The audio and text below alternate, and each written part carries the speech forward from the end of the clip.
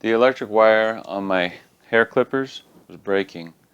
So I searched on the internet to find a replacement. Unfortunately, the new wires cost about the same as the clippers. So I didn't think that was worth it, but I thought my clippers are worth fixing. So I fixed them. Um, all I needed was my CAD system and a 3D printing machine. Anyways, if that's interesting to you and you would like to see more, click the links. The links? Whatever.